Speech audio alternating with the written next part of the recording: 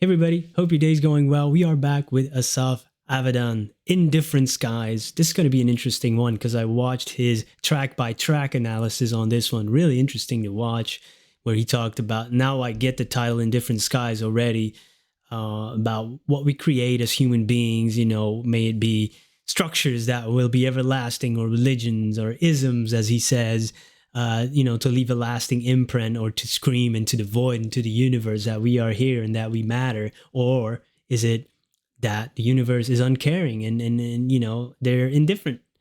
Which I think is the latter, and that doesn't matter. It's not up to the universe to give meaning to your life. That's up to you, up to me. So yeah, there might have been millions of civilizations that have already had their past, present, and future with trillions of lives, and on anywhere in the universe, like hundreds of millions of years ago. We don't know about them and what they have lived through. Who knows? Who knows, really? That's the imagination. But does it matter in the end? Who knows? But yeah, Indifferent Skies. I'm looking forward to this.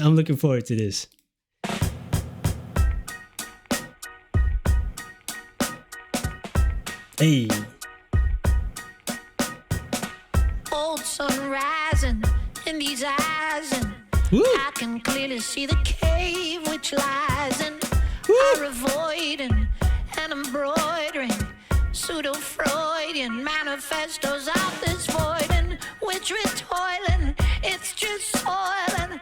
Pray to clear it all comes boiling down to moon and snake and mother, down to walls of me and other. I will hold my hand up high, leave its print upon the sky. Keep reaching, I keep reaching. Wow. I really like his delivery on this. That was unexpected. It's almost like I'm listening to a rap song, the way he's rhyming with the multiple syllables, and how he stretched out the words of old sun rising, these eyes, and, eyes and. But of course, when you pronounce it a little bit different, slant rhyming it almost, that's really cool. Clearly see the caves which lies in, or are void and embroidering, pseudo-Freudian, of this void in which we toil in and soil in, comes boiling. That just sounds good to the ear, right? Ooh, I like that a lot, man. Woo. And I haven't even talked about these lyrics, because he put a lot in that. The cave which lies in, the cave that, because he talked about now Freudian as well. So he's going and he's mentioning archetypes also a little bit down the line here. So he's really, and it said things about, this is really the intellectual way of saying these things that I want to say on the album. And yeah, the cave allegory by Plato, if you're familiar with it, is basically people locked in a cave and with a fire, they see the shadows and stuff. You can look it up to have a more full explanation. But once, one prisoner gets dragged out, gets blinded by the light, sees the world for what it is, and then goes back into the cave and sees the shadows, it's just reflections of that. And his whole reality was an illusion, which we can, have here too, because there's nothing outside of consciousness that we can experience. And our senses show us, colors, for example. We don't see a whole spectrum of colors. Birds see more, so we don't see reality as they do. So is it objective reality? No, it's not, because we see it and perceive it through our senses. So it might be an illusion too, in that way. So very interesting stuff to talk about in his music. I love that philosophy. He puts it all in there. Pseudo-Freudian manifestors of this void, like a shallow, superficial interpretation of psychology, which we toil in and soil in. Oh, and then he's mentioning moon and snake and mother, which are archetypes. Moon is the feminine, and mysterious snake could be transformation, like the skin, and mother is, of course, origin and creation, right? Oh, I will hold up my hand up high, la la, he said, leave its print upon the sky, your handprint, but what we build and what we create, we want it to last. But of course, nothing ever lasts.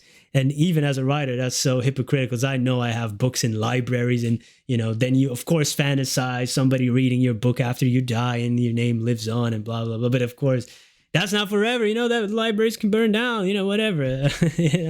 It's we try to stay alive in different kinds of ways. And then he said, keep reaching like to the sky, but also hand in the sky, keep preaching. Like you could say keep reaching, but it also sounds like keep preaching into the void. Whew. I knew this. This is a gold mine of lyrics, man. Whew. With the cadence and the delivery, forget about it. Whew, that's cool.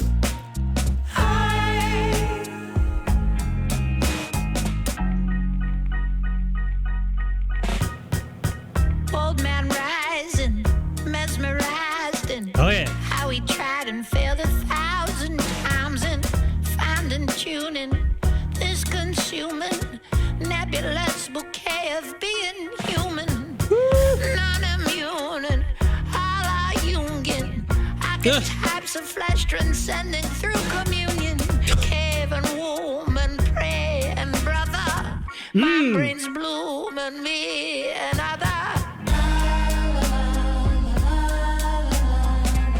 I will hold my hand up high, leave it sprint upon the sky.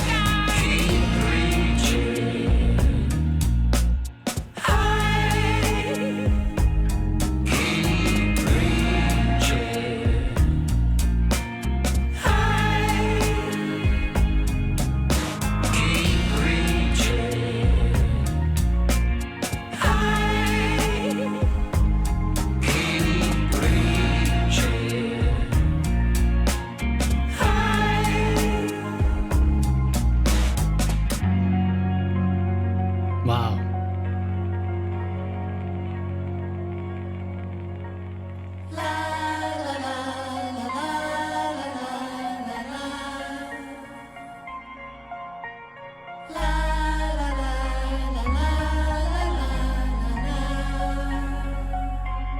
I stand alone before an ocean is calling me. I stand alone, alone I stand. I stand alone before an ocean is calling me. Is calling me Dang. back home. This song is fire, man. This got to be one of my favorites, man. I don't know. I don't like to pick favorites because they're all so good, but just the way he's talking about pretty, big topics in an intellectual way, but also to make it rhyme and sound so good and make it fit into the whole scheme of the things. That is a craft. That's craftsmanship right there. The musicality is there, the vocals, the music. Yeah, such a great song. Again, with the second verse, again with that delivery, but now with a different rhyme scheme. Actually, old man rising, mesmerized, and tried and failed 1,000 times, and find and tune in his consuming nebulous bouquet of being human, non-immune, and all are Jungian archetypes, and then communion. Like, I love that. That gets me back to my rap, my love for rap and just rhyming and poetry. And he's mentioning again a few archetypes: cave and womb and prey and brother. Womb, the nurturing, and the creation again, and he said none are immune, all are Jungian, like Carl Jung, who described as archetypes. Nobody is exempt of it. He's saying nobody's exempt of it. So, and believe me, I tried. It's impossible. So that's great. Tried, failed 1,000 times, finding tune is consuming. That's beautiful, man.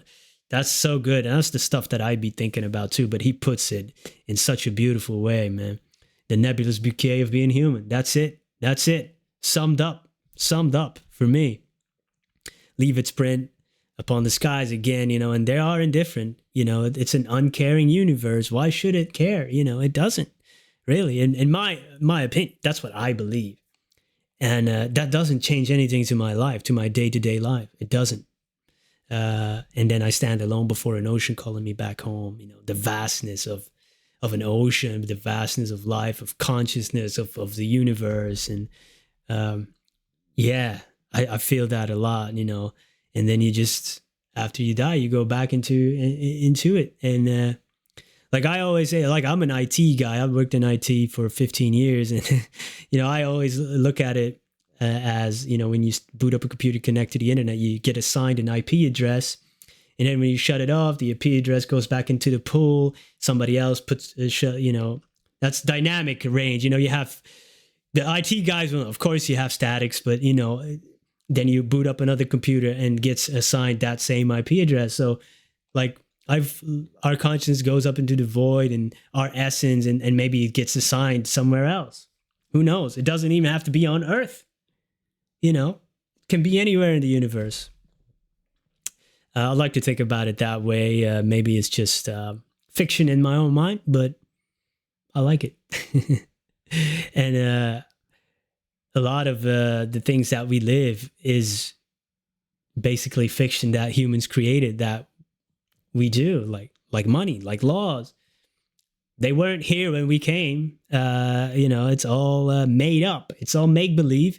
And because we all collectively believe it and adhere to it, that's what makes it a form of reality. I'm not going to say reality, objective reality, because it wouldn't exist without us, but a form of reality, of our reality. And that's the stuff that I love. And Asaf really puts some of these things into his music, not only this song, but other songs, and into his art and what he talks about in some of his videos. Man, that's why I really connect with some of his stuff, and most of his stuff, really. It's good. It's good. It's really a lyrical gold mine to dive in deep. Awesome. Thank you so much for being here. Have a wonderful day. Goodbye.